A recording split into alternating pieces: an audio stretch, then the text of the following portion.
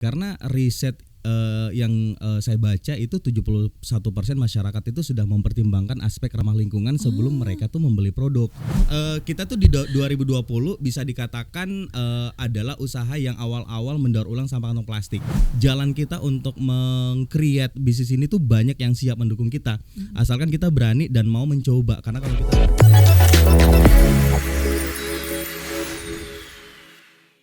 Halo Sobat Investor, kembali lagi di Fincast, your home of finance and investment. Kembali bersama saya Kezia, dan hari ini kalau lihat dari baju saya warnanya hijau, kita akan ngomongin yang hijau-hijau juga, yakni ekonomi hijau. Nah, ekonomi hijau memang tahun-tahun ke belakang ini sudah sangat populer, terutama ketika pemerintah Indonesia khususnya di tahun ini mulai menggembar-gemborkan terkait dengan transisi ke ekonomi hijau. Nah, ternyata bukan hanya dari masalah lingkungannya saja, tapi kemudian ternyata dari segi bisnis sudah banyak para pebisnis yang melihat adanya potensi dari bisnis atau ekonomi hijau. Nah, salah satunya yang sudah hadir bersama saya saat ini yakni Mas Akmal Idrus yang adalah founder dan juga CEO dari Rapo Indonesia. Halo, apa kabar Mas Akmal? kabar baik Kesha. Dengan sehat bugar dengan aura yang sangat strong ini ya, kita siap ngomongin ekonomi hijau ya. Iya. Mas Akmal, sebelumnya mungkin bisa dijelaskan sebetulnya Rapo Indonesia ini apa? Yang saya tahu adalah Rapo adalah salah satu bisnis daur ulang. Apa sebetulnya Rapo, dan pertama kali membentuk Rapo ini awalnya dari apa? Dari mana? Dari mana? Ini menarik banget pertanyaannya. Jadi Rapo Indonesia itu adalah sebuah usaha sosial. Fokusnya kita ada dua. Yang pertama, kita mau memberdayakan perempuan. Perempuan yang kita berdayakan sekarang ini adalah perempuan prasejahtera dan juga perempuan pesisir. Nah, isu yang kedua adalah kita pengen nih berdampak bagi lingkungan, sehingga produk-produk kita itu mostly semuanya dari material daur ulang sampah kantong plastik. Kayak gitu. Jadi usaha sosial. Nah, kalau ditanya apa itu ya usaha sosial yang memang hadirnya itu karena sebuah permasalahan nih. Jadi ini yang masih banyak juga yang belum paham sebenarnya ya masalah bisnis sosial. Banyak yang mengatakan bahwa bisnis sosial berarti kita kegiatannya sosial gitu kan. Karena ada bisnisnya berarti tetap kita secara secara proses ya sebisnis gitu. Iya. Kayak gitu. Dari bisnis tadi sampah plastik. Iya. Akhirnya produk yang dihasilkan oleh Rapo apa saja? Iya.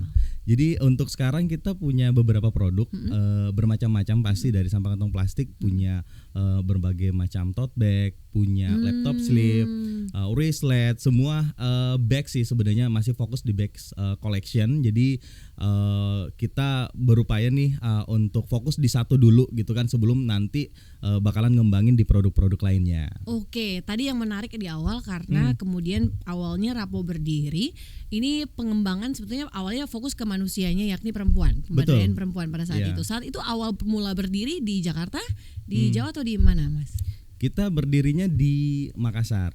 Jadi waktu itu sebenarnya kalau ditanya Rapo ini adalah COVID baby gitu, karena kan lahirnya kita di 2020 pada saat pandemi. Ketika pandemi baru mulai. Iya betul. Jadi waktu itu Mbak, aku ngelihat nih pada saat pandemi banyak banget perempuan-perempuan yang di PHK gitu kan. Dan memang kalau kita lihat akses pekerjaan antara perempuan dan laki-laki ini masih sangat jomplang, di mana perempuan untuk aksesnya itu masih sangat terbatas. Ditambah lagi dengan adanya pandemi, mereka banyak yang tidak bisa bekerja, sehingga dari situlah kesadaran saya kayak kira-kira bisa buat apa ya gitu kan, yang bisa melibatkan partisipasi mereka dan bisa membuka peluang bagi mereka. That's why mungkin kenapa produk awalnya tas ya. Tas, betul. Tas ya. Oke. Itu mungkin karena juga lebih dekat juga ya dengan pemberdayaan perempuan, akhirnya produk yang dihasilkan tas. Mungkin kalau kita lihat tadi sebetulnya saya sudah sempat lihat produknya dari Rapo Indonesia. Ini sangat menarik karena dari teksturnya memang bisa terasa sekali bahwa ini adalah bahan dari daur ulang plastik. Tapi ada satu tulisan di atas yakni upcycling. Nah, what is it, Mas? Mungkin sebelum kita lebih jauh ke masalah bisnisnya, mungkin banyak juga kali ya yang masih belum familiar. Ada, kalau saya dengar ada downcycling, ada juga upcycling, ada juga mungkin kalau recyclable udah sering dengar kali gitu. Tapi apa bedanya dari ketiga ini, dan apakah Rapo ini which one Yes. Upcycling, downcycling, recycling. Jadi kalau Rapo ditanya kita di upcycling. Jadi mungkin ini juga sedikit informasi ya. Upcycling dan downcycling itu sama sebenarnya. Cuman yang itu part of recycling gitu kan, recycle. Cuman kalau downcycling ini lebih kepada alat mungkin sesuatu yang kita gunakan yang sudah tidak bermanfaat lagi tetap kita gunakan tapi nilainya menurun. Nah, itu kalau downcycling. Tapi kalau upcycling di mana misalnya nih sampah kantong plastik harganya taruhlah Rp200 gitu kan. Terus ketika kita upcycling dengan produk yang baru yang lebih bagus itu bisa lebih meningkat harganya, nilainya. That's why gitu. Kemudian plastik mungkin plastik yang sekali pakai dirubah oleh Rapo Indonesia jadi tas laptop tadi salah satunya ya, yang saya sempat pegang dan saya sempat lihat. Dan kualitinya ya kalau bisa dibilang kualitinya mungkin orang nggak akan bisa guess bahwa ini adalah dari plastik ya sebetulnya. Dan kalau mau melihat bisnis daur ulang ini sebetulnya kalau di Indonesia apakah potensinya that big, atau kalau melihat minat masyarakat sendiri terhadap, mungkin ada masyarakat juga yang masih berpikiran untuk kayak mau beli baru aja, belum masih skeptis lah dengan daur ulang. Kalau Mas Akmal lihat potensinya di Indonesia seperti apa? Potensi di Indonesia sangat besar sekali karena riset yang saya baca itu 71% masyarakat itu sudah mempertimbangkan aspek ramah lingkungan sebelum mereka tuh membeli produk. Jadi ya itu adalah sebuah kesempatan dan trigger buat kita tuh bisa into ke produk-produk yang seperti ini. Karena sekarang kan udah banyak banget nih gerakan-gerakan ya kan tentang lingkungan. Kita juga lihat mungkin teman-teman sempat mention beberapa diantaranya yang ngebersihin laut gitu kan ya kan, yang lagi heboh gitu. Nah, dengan adanya gerakan-gerakan yang seperti itu meningkatkan kesadaran masyarakat untuk lebih sadar lagi nih. Bukan hanya gimana nggak membuang sampah pada tempatnya, membuang sampah sembarangan gitu kan, tapi lebih kepada mereka tuh juga udah beralih nih dari produk-produk yang mereka pakai ke produk yang valuable yang lebih berdampak pada lingkungan. Jadi potensinya besar sekali dengan meningkatnya kesadaran juga meningkat orang-orang untuk membeli produk-produk yang ramah lingkungan. Kalau dari segi marketnya, Rapo berdiri di Makassar. Betul. Berarti sekarang pada saat ini sudah ada pabriknya dalam tanda kutip itu ada di Makassar. Yes. Dan ada lagi di Pulau Jawa kah Mas Akmal? Iya, jadi produk kita handmade dibuat sama ibu-ibu. Saat ini fokus di kawasan pesisir. Nah, kalau sekarang ini kita udah replikasi nih Mbak. Jadi sekarang kita juga syukurnya udah ada di Depok, Jawa Barat. Bedanya kalau di Makassar kita memberdayakan perempuan pesisir, kalau yang di Depok kita memberdayakan perempuan prasejahtera di kawasan Cilodong. Gitu. Mungkin lebih dekat juga kayak kalau Makassar mungkin ada di Indonesia Timur, kemudian bisa dapat market di sana, tapi juga yang di Pulau Jawa ini juga ada pabriknya juga, jadi supply chain-nya tidak terlalu panjang juga ya. Benar. Nah itu salah satu pertimbangan kita juga karena awal-awal kan sejujurnya gini, kita nggak expect bakalan sebesar ini demand-nya. Iya benar. Jadi kita tuh awal-awal tuh kayak buat bisnis ya benar-benar buat bisnis tetap serius, cuman nggak bakalan ngebayangin bahwa produk kita ini bisa diterima bukan hanya di Makassar gitu kan, tapi benar-benar di seluruh Indonesia. Makanya kita pertimbangan nih setelah kita riset gitu kan customer kita, ternyata kita fokus di B2B itu banyak di Jakarta karena kan banyak banget nih sekarang company-company yang udah aware dan punya campaign tentang lingkungan. Makanya mereka kan juga butuh produk itu untuk mendukung campaign itu. Jadi ya kayak kita pikir panjang banget ya, bener kayak tadi gitu, panjang kayak diproduksi Makassar, dikirim lagi gitu kan ke Jakarta. Cost transportnya juga besar. Costnya juga ya? besar juga sih. Tapi itu menarik tadi kalau Mas Akmal sebutkan bahwa ada demand juga di Pulau Jawa dan cukup tinggi juga. Cukup tinggi banget. Berarti apakah bisa dibilang masyarakat di Pulau Jawa justru awareness-nya terhadap tadi daur ulang tentang lingkungan itu jauh lebih tinggi dibanding masyarakat di luar Pulau Jawa? Sebenarnya gini, kalau saya melihat ya, ini lebih kepada di Jakarta itu kan banyak company-company, ya kan, dan kita memang mensuplai merchandise ataupun souvenir untuk perusahaan-perusahaan sehingga memang secara demand itu lebih tinggi di Jakarta gitu kan, di Jawa. Tapi kalau dilihat apakah ini lebih tinggi dari Makassar? Nah ini kita harus tahu dulu datanya ya dan harus ada risetnya. Cuman kalau saya sih nggak mau berasumsi mana yang lebih tinggi. Cuman itu berdasarkan penjualan dan pembelian kami gitu. It's a good thing, mungkin itu juga seiring dengan bagaimana company sekarang udah mulai aware juga terhadap dengan ESG juga ya Mas. Benar. Ya, melihat bagaimana dampak bisnis terhadap lingkungan. Tadi kalau tadi sempat disebutkan oleh Mas Akmal ketika awal-awal juga nggak expect demand-nya ternyata sebesar ini untuk Rapo Indonesia gitu. Berarti awal-awal ada we can agree bahwa mungkin pas Mas Akmal pertama kali mendirikan Rapo ada stigma atau skeptis lah istilahnya. Oh, Indonesia masyarakatnya di mana, ada nggak ya ini untuk daur ulang gitu, dari ekosistemnya gitu. Nah, tapi kemudian sampai saat ini Rapo akhirnya terus tumbuh dan berkembang. Mas Akmal awal-awal mendirikan, how kemudian Mas Akmal bisa menemukan pasarnya? What's the challenge gitu? Apalagi ketika ekosistemnya pada saat 2020 apakah sudah matang gitu, masyarakatnya betul-betul sudah aware sekali dengan ekonomi hijau, dengan daur ulang, atau pada saat itu seperti apa? Apa challenge dan tantangannya? Ada banyak challenge sebenarnya.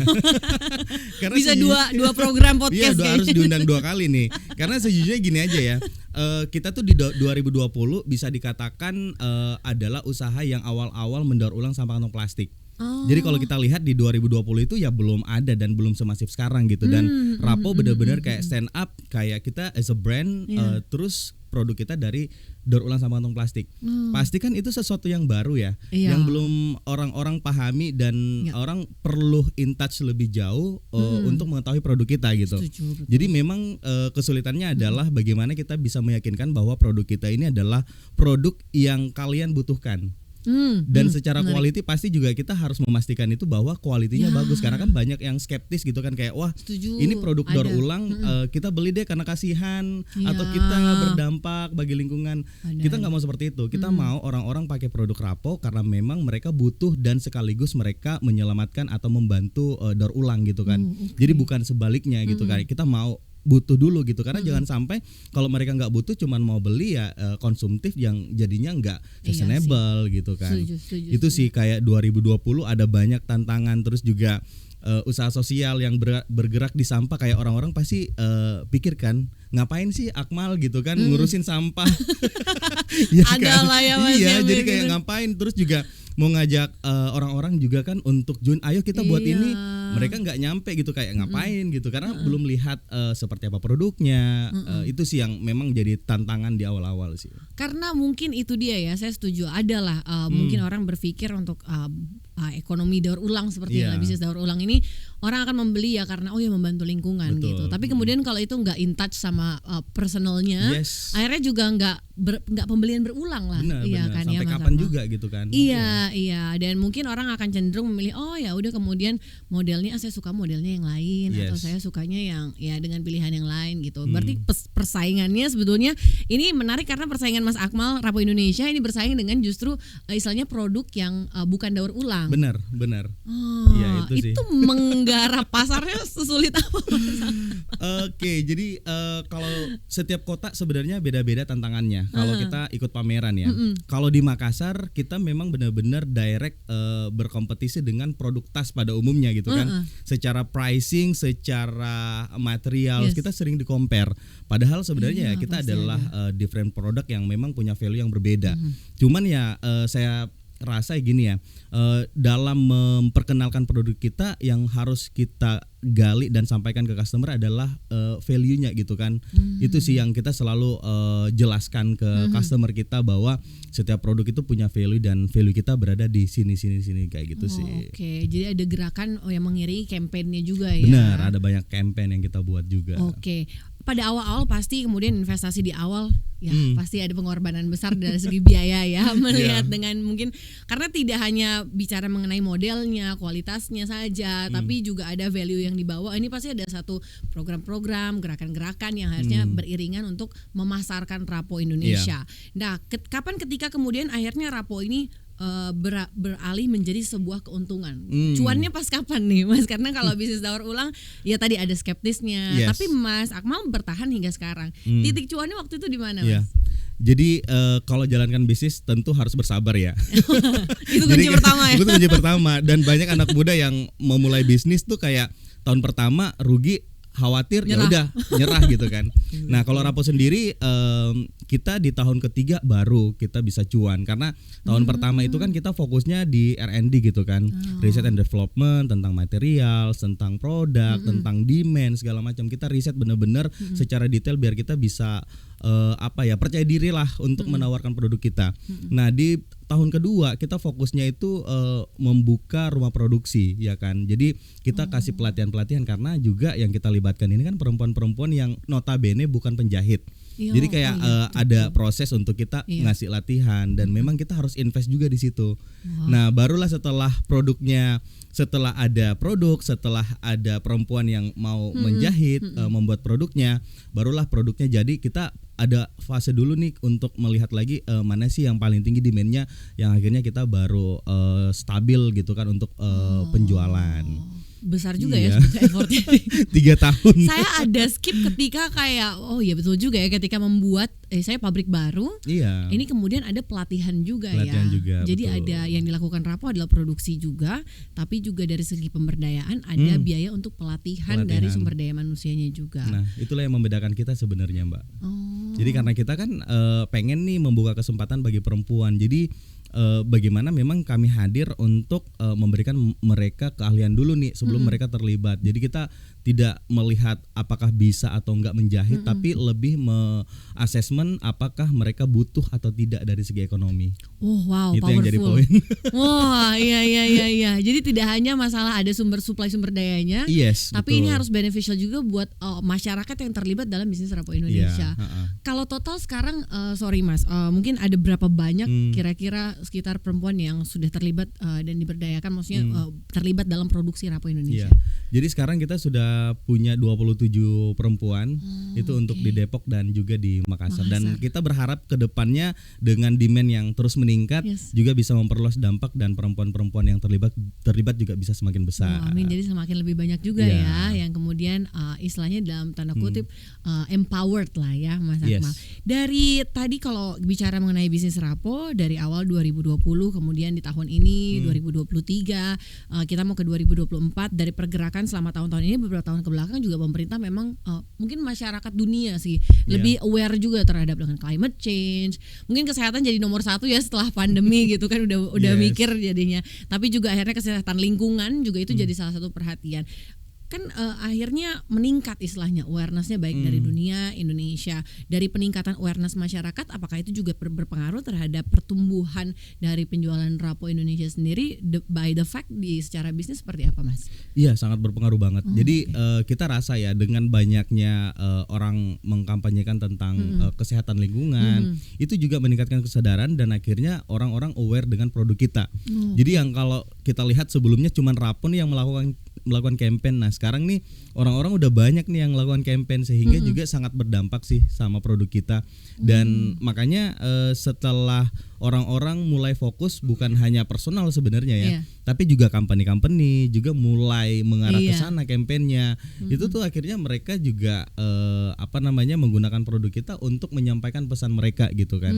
Jadi produk Rapo bisa dikatakan cukup banyak dijadikan istilahnya media untuk bukan hanya menggunakan produknya tapi cerita di balik produknya dan misi di balik produknya itu untuk lingkungan dan juga sosial gitu. Oke, agak mau ke belakang sedikit nih Mas. I wonder karena dengan misi dan visinya Rapo yang menurut saya personally ini sangat besar juga, karena ini nggak hanya bicara profit aja, tapi kemudian ada aspek-aspek lain, yaitu dia kemudian masuk dalam ekonomi hijau. Mas Akmal jadi satu hati gitu ya, passionate di dalam Rapo Indonesia. What's the trigger gitu Mas? Karena mungkin nggak banyak yang, ada banyak saya yakin sebetulnya yang perhatian terhadap lingkungan, peduli gitu. Tapi Mas Akmal go this far lah istilahnya untuk hal ini. Apa yang sebetulnya mendorong Mas Akmal? Is there personal experience atau ada satu prinsip yang Mas Akmal pegang mungkin? Iya, jadi sebenarnya gini, sebelumnya aku kan juga jurnalis ya, dan pada saat bekerja sebagai jurnalis banyak melakukan liputan dan melihat bagaimana sih keadaan sosial dan juga fakta tentang lingkungan. Dan dari situ ketertarikan saya untuk fokus pada dua hal itu tuh semakin tinggi pada saat saya join di salah satu komunitas.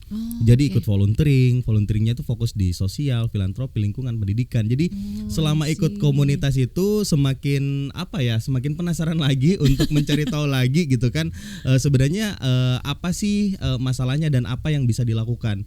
Nah, kalau ditanya apa yang bisa dilakukan, sebenarnya bukan hanya fokus pada aku ini pengen in touch karena itu adalah kegiatan sosial, tapi juga harus dipikirkan nih, karena gini, pengalaman saya di komunitas ada banyak kegiatan menarik tapi tidak berkelanjutan karena ketika komunitasnya nggak in touch, itu nggak ada semangat untuk itu bisa terus bergerak gitu. I see. Nah, itu sih yang jadi kendala yang akhirnya kayak mungkin harus ada trigger juga buat masyarakat mau terlibat kan, karena kalau kita cuman sosial datang gitu kan ngasih bantuan, that's it, setelah itu ya nggak ada lagi gitu kan yang mereka bisa buat. Oh, that's why kemudian Rapo punya satu titik berat di mana perempuan yang terlibat ini harus merasa butuh yang tadi Mas. Yes, betul. Oh, oke. Itu yang kemudian memastikan bahwa bisnisnya jadi saling membutuhkan dan akhirnya berkelanjutan ya kan. I see. Jadi kita membutuhkan mereka juga untuk menjalankan misi kita untuk mendaur ulang dan juga membuat produk kita, tetapi juga mereka benar-benar butuh kita karena mereka mendapatkan pekerjaan dan juga tentu kita berharap dengan mereka bergabung juga kesejahteraan mereka bisa lebih meningkat gitu kan. Saya jadi baru belajar hari ini karena kayak tadi baru klik di tadi gitu. Karena saya dari bertanya-tanya apa yang kemudian maksudnya sustainability dari bisnis Rapo Indonesia. Tapi ternyata bukan masalah hanya pebisnis yang perlu bisnis ini berkelanjutan agar kemudian visi misinya terus tercapai demi lingkungan yang lebih baik, but then also orang-orang yang bekerja di dalamnya juga terbantu hidupnya, akhirnya juga ada saling membutuhkan, dan itu keberlangsungan bisnis yang ke depan yang sedang dikejar oleh Rapo Indonesia ya. Betul. Oke. Kalau mau lihat tips-tips nih mungkin dari Mas Akmal, karena not an easy journey pasti membangun Rapo Indonesia. Sebetulnya kalau lihat bisnis, mungkin ada banyak anak muda di luar sana yang tertarik untuk di bisnis daur ulang entah apapun itu produk dan bentuk strateginya. Tapi kalau misalnya dari Mas Akmal memandang bagaimana kemudian bisnis bisa terus berkelanjutan selain daripada tadi, ada faktor-faktor lain nggak yang menjadi penentu? Kalau saya sih ada 3 hal. Yang pertama adalah riset. Kita harus benar-benar sebelum menjalankan sesuatu bisnis utamanya kita harus riset nih yang secara mendalam. Risetnya bagaimana sih pasarnya gitu kan, demand-nya seperti apa, bagaimana produk kita gitu kan, itu benar-benar harus diriset. Apalagi kalau kita produk dan jasa kan, harus minta feedback ke orang-orang gitu, kayak gimana. Karena kan gini, banyak juga orang yang buat produk, buat jasa, terus kayak dia tuh menutup diri untuk menerima feedback. Jadi kayak merasa bahwa my product udah bagus gitu kan, udah gitu kan. Ini bagus kok. Nah, padahal kan yang pakai produk kita, jasa kita bukan kita kan sebenarnya, tapi orang-orang. Ya kan. Jadi kita harus banyak melakukan atau mendengarkan dengan riset dan segala macam. Terus yang kedua kita harus planning. Ini nih banyak yang kurang planning, makanya 1 tahun 2 tahun jalan, setelah itu bangkrut atau mungkin hilang gitu kan bisnisnya karena nggak di planning dengan baik. Karena kan bisnis itu bukan berarti produk yang kita buat hari ini adalah produk yang seterusnya akan seperti itu. Pasti kan kita lihat potensi pasar nih, kecenderungan dari konsumen kita maunya apa gitu kan. Jadi kita harus berani untuk membuat sesuatu yang baru juga. Dan yang ketiga pasti harus punya tim yang baik. Itu sih. Itu 3-tiganya kayaknya dari visinya sampai ke dalam-dalamnya itu tipsnya ya. Tapi saya setuju sih, karena kalau bicara kadang ada idealisme lah dari pebisnis menganggap bahwa produk kita udah oke. Udah oke kan. Jadi udah bagus nih gitu. Tapi kemudian nggak lihat juga transisi, karena mungkin permintaan masyarakat kadang bisa shifting juga ya. Benar. Seiring dengan bergeraknya zaman dan kemudian masyarakat punya ada tren-tren baru. Nah, Mas Akmal ngomongin tren ini saya baru ingat. Kalau ngomongin tren kan tren-tren tuh bergerak ya. Betul. Baik, apalagi kalau misalnya tas dan produk-produk istilahnya pakai yang bersentuhan dengan fashion sehari-hari gitu. Mas Akmal kan tadi planning. Kalau lihat tren yang berubah kesana dan kesini, ngikutin tren dari barat dari timur gitu, ada aja konsumen kita gitu. Sedangkan ada visi yang mau digaungkan, ya ini bisnis daur ulang. Cope up sama tren yang ada seperti apa? How Rapo Indonesia bisa menyesuaikan istilahnya supaya demand-nya masuk terus? Iya. Jadi sekarang kan gini, awal-awal Rapo itu berdiri kita ada untuk mengkampanyekan bahwa sampah plastik ini bisa seperti ini. Iya. Jadi orang tuh ekspektasinya oh lucu ya gitu kan. Nah ternyata ekspektasi orang sekarang itu udah meningkat. Jadi mereka udah lihat Rapo udah bukan kayak oh ini dari sampah plastik, tapi produk apa yang bisa dibuat oleh Rapo gitu kan. Jadi kayak udah ekspektasi kayak nggak mau yang kayak gini ini terlalu basic gitu kan. Udah lewat gitu fasenya itu. Jadi memang kita benar-benar harus melakukan riset, dan sekarang kita yang sebelumnya kita nggak meng-hire designer gitu kan, benar-benar kayak udah kalau ada produk baru kita riset dan kita mungkin hire yang tidak tetap gitu kan. Nah sekarang karena kita lihat itu sebuah keseriusan, kita benar-benar yaudah kayaknya kita butuh desainer deh yang benar-benar tuh mempelajari trennya, karena ekspektasi orang tuh udah beda-beda gitu kan. Dan memang untuk memenuhi permintaan itu kita harus kreatif gitu. Iya. Jadi kayak produk daur ulang sekarang jangan sampai dianggap bahwa produk yang tidak bisa bersaing. Karena kan memang tantangannya sekarang bagaimana produk ini juga tetap bisa dipertimbangkan dengan mengikuti perkembangan. Karena kalau kita mau istilahnya gini, kita mau berkontribusi terhadap lingkungan melalui daur ulang, tapi kalau produk yang dibuat itu tidak menarik, ya siapa yang mau pakai? Setuju, siapa Mas. yang mau beli gitu kan? Ya sama aja gitu. Jadi itu sih. Itu satu-satu mungkin hard truth ya sebetulnya. Kadang masyarakat juga, ya kita percaya ada banyak dan selalu meningkat masyarakat yang punya awareness sama lingkungan dan juga lingkungan sekitar, ekonomi hijau. Tapi juga kemudian masyarakat kadang kalau misalnya spending money nggak bisa dipungkiri lah, nggak beli visi ya Mas Akmal, tapi juga pasti beli penggunaan ya, entah itu beli lucu-lucunya gitu. Ada value yang harus attracted to the vision juga kan. Menarik. Mungkin sebelum kita tutup ini ya Mas, boleh kasih satu tips, kasih mungkin share buat mungkin sobat investor di luar sana yang have the mission, have the courage, tapi mau mulai bisnisnya bingung dari mana, where to start and how to start. How to start ya. Jadi yang saya mau sampaikan bahwa sekarang itu usaha sosial adalah usaha yang secara bisnis itu punya banyak sekali potensi, karena sekarang udah banyak banget investor, angel investor ataupun mungkin venture yang memang fokus di usaha-usaha sosial atau green business gitu kan. Terus ditambah lagi dengan kompetisi-kompetisi yang semakin banyak banget. Jadi kayak jalan kita untuk meng-create bisnis ini tuh banyak yang siap mendukung kita. Asalkan kita berani dan mau mencoba. Karena kalau kita nggak pernah mencoba, kita nggak bisa tahu seberapa besar peluangnya ini. Karena kita tuh bisa belajar dan meningkatkan skill kita by proses, dan dengan kita membuka mata, membuka telinga kita lebih luas lagi, biar kita bisa mendengar dan bisa merasakan akhirnya apa sih kebutuhan-kebutuhan yang kita bisa penuhi melalui bisnis kita. Wah, itu dia tips langsung dari Mas Akmal Idris ya, CEO and also juga founder dari Rapo Indonesia. Mungkin itu bisa jadi inspirasi buat sobat investor yang mau memulai, karena sayang sekali kalau misalnya visionnya, courage-nya ini tidak terrealisasi seperti Mas Akmal yang betul-betul menjadikan satu Rapo Indonesia a business, tapi also juga bawa mission yang penting baik dari sumber daya manusia maupun bagi lingkungan juga. Itu dia ekonomi hijau ya yang kita belajar hari ini. Thank you so much Mas Akmal. Dan sobat investor, itu dia Fincast episode kali ini. Sampai jumpa di episode selanjutnya. Bye bye. Thank you ya Mas. Terima kasih, Mbak.